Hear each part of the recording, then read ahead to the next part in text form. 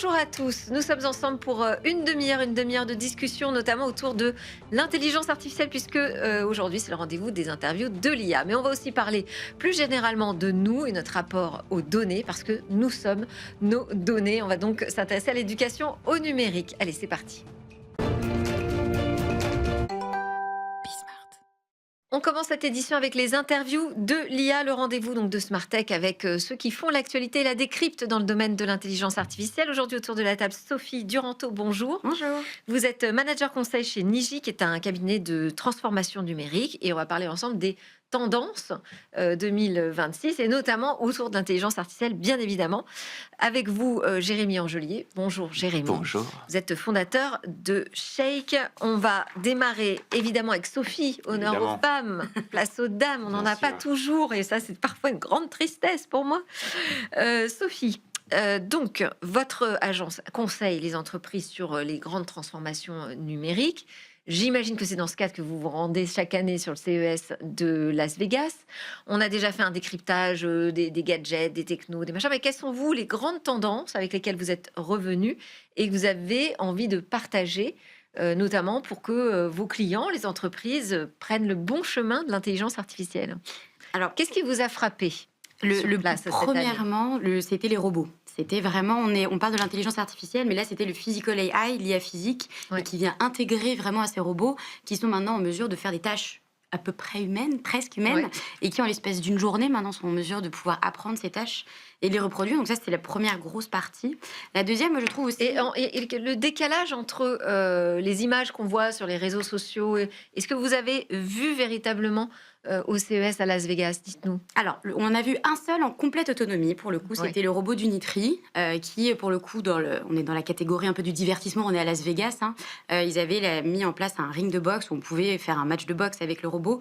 Le seul côté bluffant, c'est il était complètement en autonomie. On sait qu'on est aux États-Unis avec la régulation, c'est-à-dire que s'il y a un moindre problème, il y a les procès. Et en fait, ils avaient tellement confiance en leur robot qu'on pouvait interagir directement avec. Et on a vu plein d'autres. Et il avec, n'y avait pas de télécommande derrière. Alors, Unitri était le seul, justement, c'est exactement ce que j'allais dire. Unitri était le seul sans télécommande. D'accord. Et par contre, tous les autres, effectivement, soit il y avait un ordre prédéfini à l'avance, soit il y avait effectivement quelqu'un qui était derrière avec la télécommande discrètement en train de faire Donc la on se prend un manipulation. coup de poing du robot. Unitri, oui. Ah oui, ok.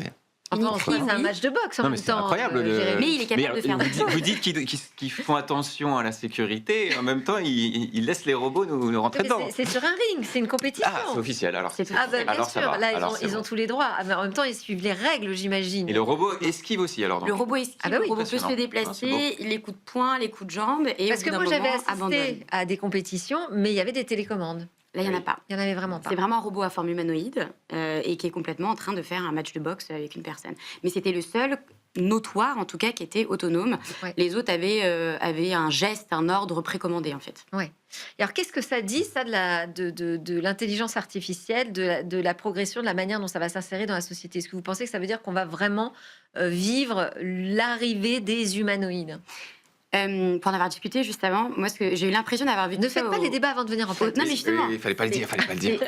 C'est au CES, j'ai vécu, moi je viens du monde du conseil, on appelle ça le change, c'est de préparer les gens au changement. Oui. J'ai eu l'impression de vivre ça à échelle humaine, et du monde, hein, où on nous dit, attention, les robots arrivent dans votre quotidien, les robots arrivent dans votre maison, mais on leur donne un regard rassurant, on leur fait faire des petits cœurs avec les photos, ils ont même des petits cœurs dans les yeux pour être Oui. rassurants, pour nous dire qu'ils vont venir être avec nous dans notre quotidien et pas venir nous remplacer. Donc nous, on met un peu un message d'alerte, parce qu'il faut rassurer, il faut faire accepter Oui. aux gens cette arrivée des IA et des robots, mais c'est vraiment un ressenti très très fort où je me suis dit, on y est maintenant et ils arrient dans quelques années Ils vont dans les arriver maisons. d'abord dans les usines. Ils testent d'abord dans les usines pour avoir pu assister à la conférence des Boston Dynamics, donc avec Hyundai. Ils ont présenté, au-delà du Spot, qui était le robot un peu plus classique dans les usines, là, le robot Atlas. Si vous avez pu voir des images, il est bluffant à voir. Et effectivement, le bus qui tourne à 360. Ils ont aussi annoncé une roadmap sur la durée, où ils vont d'abord aussi faire leur école de robots. Où les robots vont être en mesure d'apprendre ces fameuses tâches assez rapidement. Et in fine, si Atlas est validé au sein des entreprises et surtout dans l'industrie, Atlas pourra arriver dans les maisons. Ça vous Voilà. fait rêver? Si c'est un robot avec qui on fait de la boxe à domicile, je vois pas l'intérêt, effectivement, mais si c'est des robots utiles, pourquoi pas? Ça me choque pas. Moi. Et On ça- a déjà vu doucement les petits aspirateurs. Au début, tout le monde était un peu outré, mais ça marche pas. Finalement, c'était assez efficace.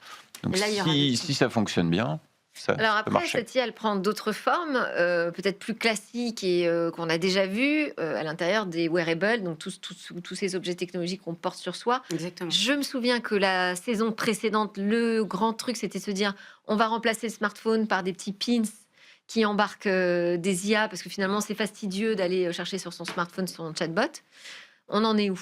Il y a Il y a un les peu la lunettes. hype est un peu retombée. Alors, il y a eu Mais aussi Plo une est hype des toujours lunettes. là. Comment? Plo est toujours là. Toujours là, avec maintenant son grand pin. public. Ouais. Maintenant grand public, Amazon, facilement à retrouver sur les grands marchands. Ouais. Là, on a tous les types de wearables augmentés à l'IA. On a les lunettes qui, ça fait des années qu'ils essayaient de pénétrer le marché et de convaincre l'utilité des lunettes. Là, on a effectivement deux types. Le type où on va recopier un écran et le type réalité mixte. Ouais. Moi, j'étais plutôt convaincue sur la partie réalité mixte où deux cas d'usage intéressants. Le premier, c'est le traducteur en temps réel, c'est-à-dire qu'on vous parle, et imaginons, on parle des langues étrangères, on peut se comprendre avec un léger temps de délai, et c'est vraiment rapide et assez bluffant pour l'avoir testé.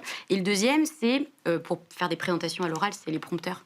Ah. C'est-à-dire que sur mes lunettes, je pourrais vous parler, et en fait, vous ne saurez pas, j'ai un petit prompteur en dessous que vous ne voyez pas, qui me permet de tenir ma conférence sans apprendre mon texte par cœur. Ça, Oui, mais c'est- ça enlève tellement de naturel. Par exemple, moi, je pourrais avoir un prompteur ici, mais j'en ai pas parce que je trouve que voilà, c'est important qu'on puisse rester dans la spontanéité. Donc, attention. Le même regard derrière. C'est pas le même, mais ça La même rassure. attention. Autre tendance, une dernière tendance peut-être. La santé, et qui prend un autre nom, qui maintenant, enfin, je trouvais que c'était plutôt sur la longévité. C'est-à-dire qu'avant, on parlait de la silver tech. Maintenant, le nom a changé, c'est la longévité. Et ça s'adresse à tous les âges. C'est-à-dire qu'on ne va Qu'est-ce pas que ça change alors, oui? Ça change qu'on nous fait encore une fois adopter. Toujours ce change, on nous fait adopter les objets qu'on va porter au quotidien pour vieillir plus longtemps, pour être en meilleure santé et de manière pas du tout anxiogène, se checker l'état de santé quotidiennement tout le temps, sur tous les pans, sur vraiment est-ce que mon rythme cardiaque est bon, mais même aussi quelle est ma fertilité, on a vu beaucoup de choses sur la fertilité, et sur comment améliorer la mobilité, la motricité quand on devient un peu plus âgé pour garder l'autonomie à la maison. Donc c'est vraiment sur tous les pans de la santé qui ont été pris.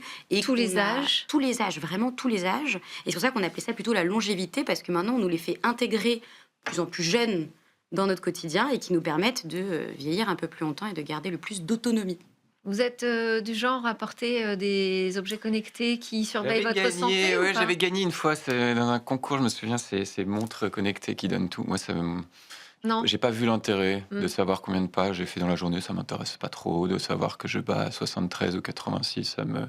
Après, je pense que ça touche soit des personnes un peu plus anxiogènes dans la vie, soit des personnes qui ont des problèmes de santé. Et là, Des effectivement, il y a un sportifs vrai. aussi, Ou les ou sportifs, voilà. les grands Donc, je sportifs. pense qu'eux ont un véritable intérêt. Ouais. Ok. Allez, Jérémy Angelier, c'est à vous. Vous êtes producteur de films publicitaires, réalisateur, animateur télé aussi, fondateur de Shake. C'est pour ça qu'on est ensemble aujourd'hui. C'est un studio de création de films publicitaires, mais aussi une communauté de cinéastes qui utilisent l'intelligence artificielle. Qu'est-ce que vous avez pensé de la publicité du loup d'Intermarché?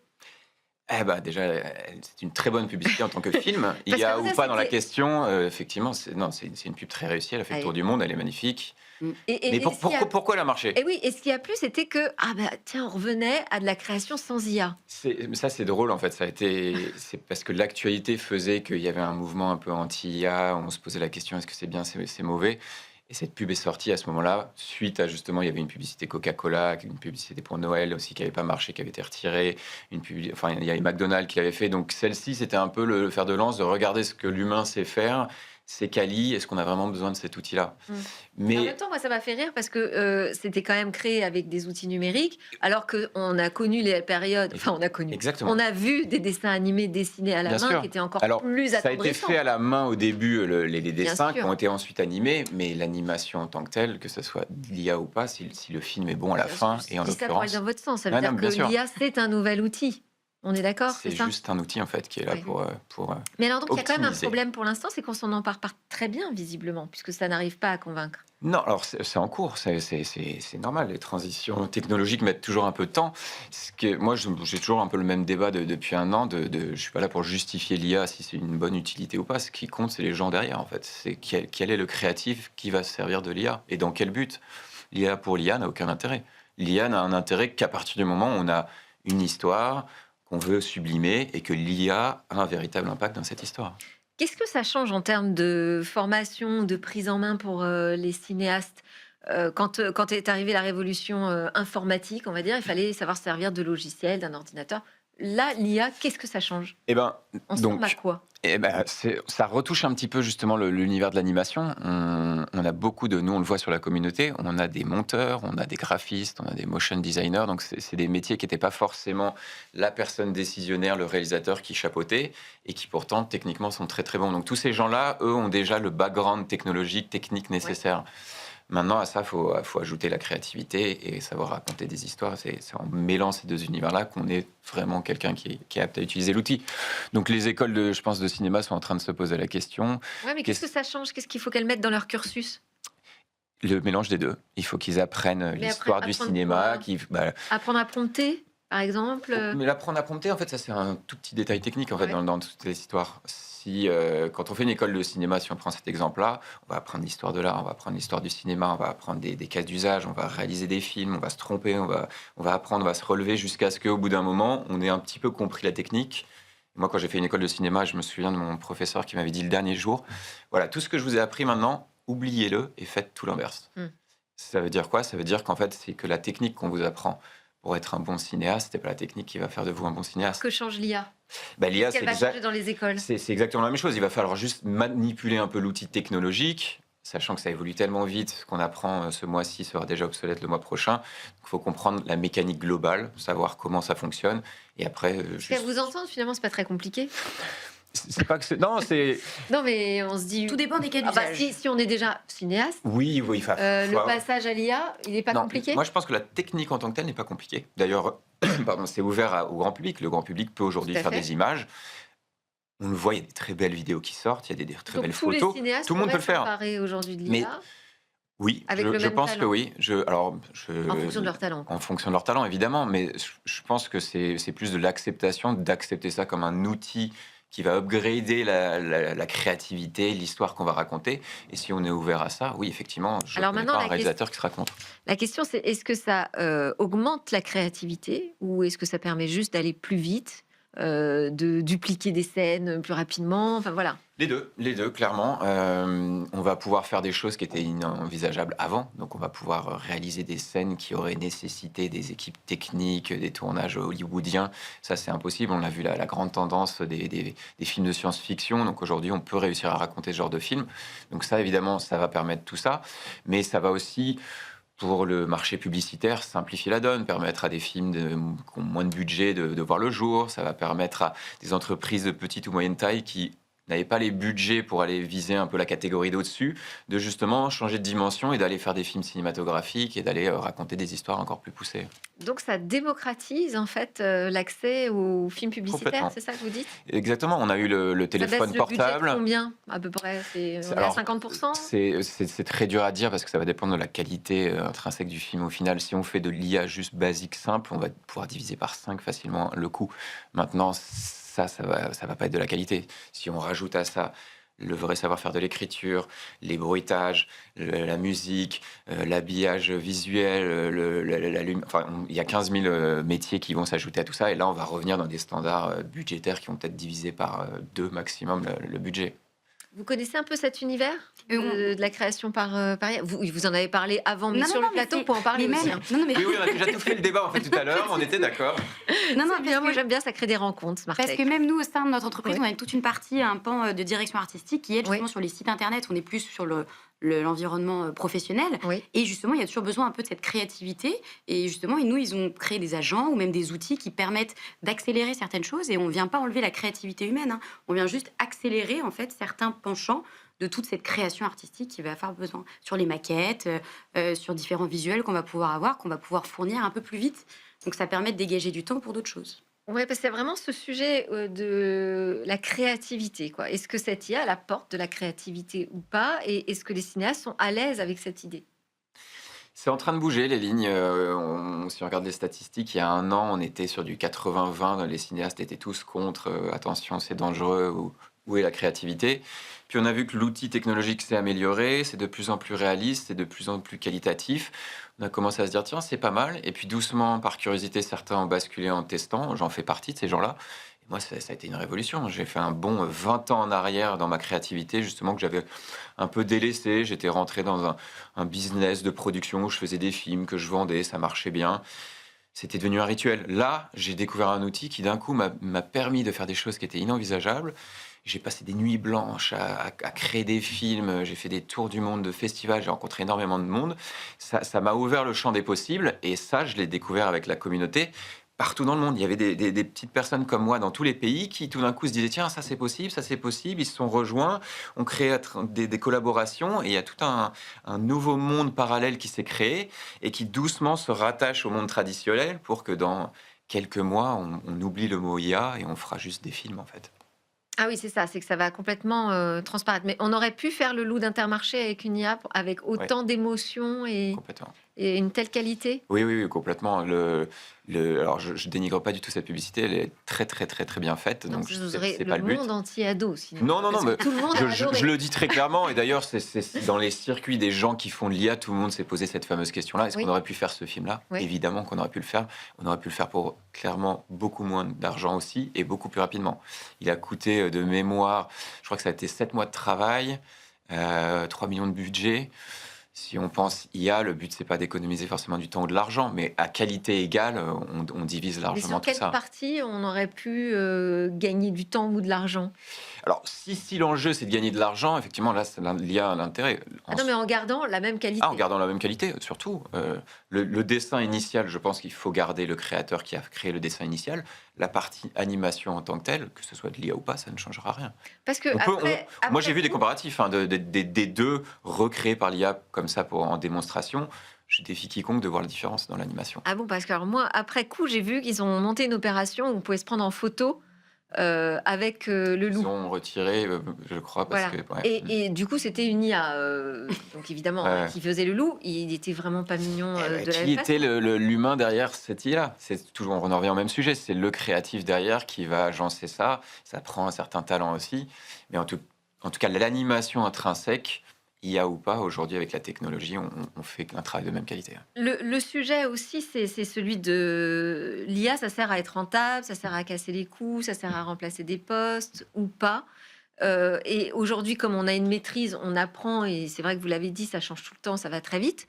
Est-ce que c'est si rentable que ça d'intégrer l'IA dans ces process aujourd'hui? Pour l'instant, à chaque fois que je vois des études passer, c'est pas le cas. Tout dépend comment c'est intégré en On n'a pas entreprise. fourni la preuve du retour sur investissement. Moi, je trouve que tout dépend de comment c'est intégré dans l'entreprise, comment on le présente aux personnes. Moi, j'arrive sur la sphère professionnelle et comment on vient l'intégrer vraiment en fonction toujours des use cases qu'on va avoir et quel métier on va s'appliquer. Par exemple, moi, je suis au conseil, mais j'ai des collègues qui sont développeurs et il y a des IA qui aident à faire du développement de code. Et il y a toujours cette limite d'apprendre aux personnes comment utiliser ces IA, comment discuter, parce qu'on peut avoir de l'IA agentique, donc qui va parfois pouvoir avoir l'apparence, en tout cas, d'un collègue qui va nous aider à faire certaines tâches. Moi, je pense par exemple à des tickets, des choses comme ça, des tickets de problèmes informatiques ou autres. Avec l'IA, ça va beaucoup plus vite à faire, et moi, ça me permet de dégager du temps pour autre chose. C'est juste que je pense qu'il faudrait mesurer, peut-être pas forcément le gain ou autre, mais le gain de productivité en tout cas, qui peut-être est moins financier. Mais moi, ça me dégage beaucoup plus de temps pour des tâches à plus forte valeur. Pareil pour tout ce qui va être des comptes rendus de réunion. Je suis bien contente d'avoir un agent dans mes réunions qui fait la prise de notes parce que c'est une tâche qu'on est beaucoup à faire après et qui, moi, ne va pas m'apporter grand-chose à revoir mes notes que j'ai fait un peu rapidement tout en essayant de suivre le débat. Maintenant, en fait, je peux être complètement concentrée dans ma réunion. Et après, je sais qu'il y a l'agent qui va me faire toute la récite après. Ouais. Qu'il faudra vérifier quand même. Parce que Ça n'empêche pas le contrôle. Ah, ça surtout pas, ça n'empêche vraiment pas le contrôle. Parce qu'il passe parfois à côté du truc le plus important pour nous. Ou même, il écrit parfois mal des choses ou des noms et des entreprises et des choses comme ça. Mais l'utilisation n'empêche pas le contrôle, mais ça, moi, ça me fait gagner énormément de temps. Ouais. Des fois, il va même dans des réunions, on le voit apparaître, alors que la personne n'est pas encore là et ne vient pas. Et on se retrouve tout seul avec l'agence. On fait la réunion quand même ou... Donc, vous nous dites, moi, j'apporte la preuve aujourd'hui qu'on peut baisser les coûts. Mais alors, nous, on n'est pas dans sur l'accès notre à démarche. l'accès à la publicité. Moi, je ne suis pas le fervent défenseur de l'IA à dire c'est moins cher, c'est plus rapide, etc. Moi, mon point de vue, c'est l'IA permet d'aller plus loin. L'IA de qualité, avec les bonnes personnes, bien formées, avec un vrai sens derrière tout ça, permettent de créer des projets incroyables. Nous, ce qu'on fait, en fait, c'est tout simplement, on a une offre où on propose aux entreprises de petite moyenne taille qui n'avaient pas les budgets nécessaires pour faire des pubs cinématographiques, des pubs télé. Aujourd'hui, effectivement, avec un moindre coût, on va pouvoir créer. Donc le but, c'est pas leur dire on va diviser vos coûts par 10. On garde les mêmes coûts, mais avec cet argent-là, vous allez faire 10 fois mieux qu'avant. C'est dans l'autre sens, en fait. Ouais. Ok, intéressant. On n'a pas d'image, c'est dommage. J'aimerais bien qu'on ait un exemple de création. Je vous invite à aller sur shake.ai. On a Ok. 700 films disponibles, des fictions, des clips, des pubs. Et comme c'est que vraiment la qualité, parce que nous, le but, c'est de mettre des films de qualité, vous pouvez naviguer. C'est un peu le Netflix de l'IA. Vous allez voir des beaux films. Voilà, Ok, il on va y a de quoi regarder. faire. Et au CES, il n'y avait rien sur la création, sur le Alors, divertissement. Nous, on est plutôt sur la partie du Consumer Electronic Show pour rappel. Donc, en fait, ces choses-là, on va peut-être, à mon avis, les retrouver plus dans d'autres salons qui seront, par exemple, le Gaitex à Dubaï, qui est plus B2B. Oui, où on a On aussi avait- le World AI Film Festival à Cannes, je crois. C'est celui-ci. Et On en parlait tout à l'heure Voilà. avant de venir. surtout, c'est que toute cette partie plutôt divertissement, nous prenez, en tout cas au CES, prenez la forme de comment on va vivre l'expérience, c'est-à-dire avoir le casque connecté ou même la chaise qui vient bouger en même temps, tout ce qui est les simulateurs. Nous, c'était plutôt tourné là-dessus que sur la créativité à proprement parler. Parce qu'on est vraiment sur le consommateur là-dessus. Eh oui, mais pourtant, ce serait intéressant que ces salons, je trouve, évoluent et se posent plus de questions de manière un peu plus large sur ce que ça induit pour la société. Merci beaucoup à tous les deux d'avoir été dans ces interviews de l'IA cette semaine dans Smart Tech. Sophie Duranteau, je rappelle que vous êtes manager conseil chez Niji, et Jérémy Angelier, fondateur de Shake. Merci. À suivre, on va parler de nos données. Nous sommes nos données.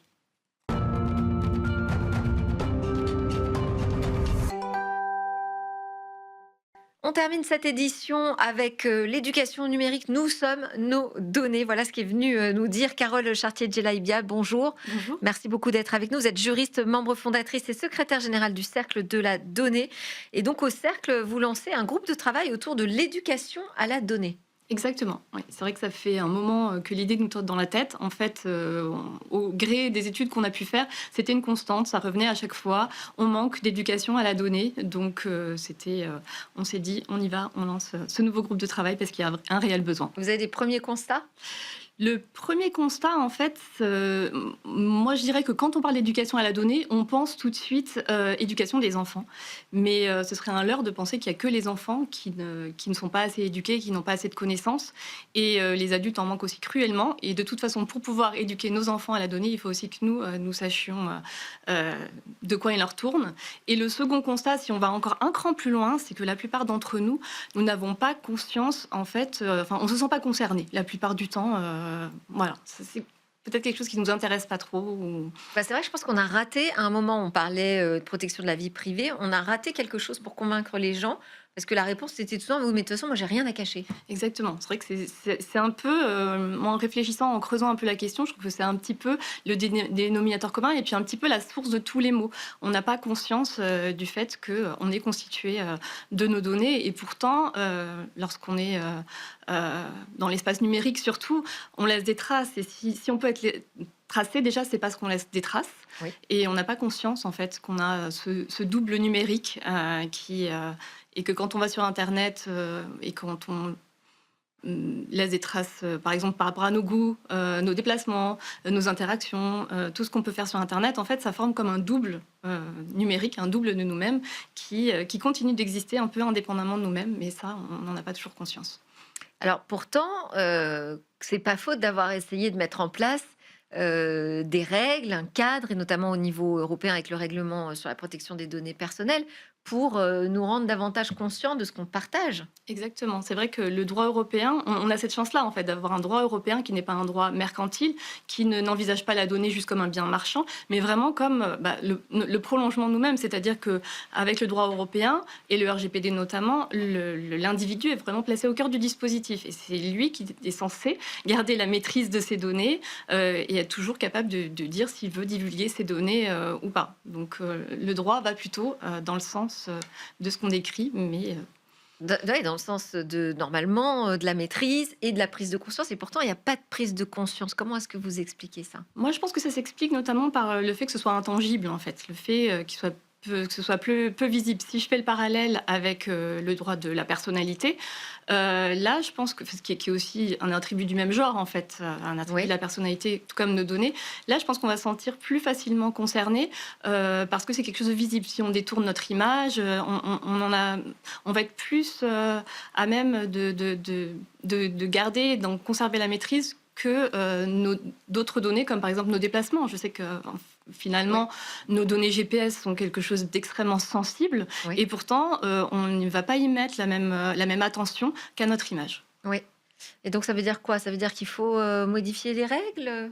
Ben, il faudrait trouver peut-être un moyen de rendre ça tangible. Alors là, on n'a pas encore réfléchi, mais c'est vrai que si on fait le parallèle avec notre compte en banque, par exemple, l'argent aujourd'hui est quand même quelque chose d'assez intangible, et pourtant, on voit sur notre compte en banque combien on possède, ce qui n'est pas forcément le cas. Il faudrait peut-être avoir un compte en banque de nos données, mais c'est vrai que aujourd'hui, on a tendance à dire, hein, sur Internet, il y a beaucoup de gratuité, et on dit, quand c'est gratuit, c'est nous les produits, et il faudrait peut-être trouver un moyen de matérialiser aussi ce qu'on met à disposition ou non. Parce que quelles sont les conséquences? Les conséquences, finalement, c'est que comme je n'ai pas conscience que j'ai cette espèce de double numérique, eh bien, je ne vais pas le protéger. Déjà, je n'ai pas conscience de la valeur des données que je mets à disposition, donc celles que je possède déjà, celles dont je me dépossède. Et puis, finalement, en n'ayant pas cette conscience, on n'est pas à même déjà de protéger nos données, ni de les défendre. Et on le voit, par exemple, dans le cas des class actions, hein, j'étais venue l'évoquer ici même. En fait, il y a très peu d'engouement pour des actions de groupe pour défendre les données personnelles, parce que les gens ne se sentent malheureusement pas concernés. Ah oui, non, ça m'avait vraiment frappé quand vous étiez venu en parler. Peut-être que aussi, plutôt que de dire bah, ce sont des données que vous devez protéger et on nous répond j'ai rien à cacher, de dire qu'effectivement il y a un risque de manipulation de ces données. Et Exactement. là, et ces manipulations aussi des idées, des opinions, et qu'on constate aujourd'hui à travers les réseaux sociaux notamment. Tout à fait. Mais là, c'est pareil. Je pense qu'on manque aussi quand même de culture à ce niveau-là. Et Et est-ce qu'on a les bons outils pour se protéger je, aussi? C'est ça qui est pas forcément évident non je plus. pense que c'est pas forcément évident. On le voit même aujourd'hui avec l'interdiction des réseaux sociaux au moins de 15 ans. On a tous conscience du problème, mais est-ce qu'on va avoir vraiment les outils pour être capable de mettre ça en œuvre d'une façon qui protège effectivement la vie privée? Il y a Ouais. quand même matière à débat. C'est-à-dire que l'interdiction, est-ce que c'est une protection? Non, c'est plutôt un aveu de faiblesse a priori. C'est qu'on n'a Et- pas réussi. Exactement, On on n'a n'a pas pas su. réussi, on n'a pas su aller, pour le moment en tout cas, au cœur du problème. Et donc tout ça, vous allez l'étudier au sein du Cercle de la Donnée. Et je compte sur vous pour nous faire part de vos conclusions. Avec grand plaisir. Merci beaucoup, Carole Chartier-Djilaïbia. Donc, je rappelle, vous êtes juriste, membre fondatrice et secrétaire générale du Cercle de la Donnée. Et merci à vous tous de nous suivre. C'était Smart Tech, votre émission sur le numérique et ses enjeux. Je vous donne rendez-vous jeudi prochain. On sera en direct à 10h45 pour commenter toute l'actualité tech. À très bientôt.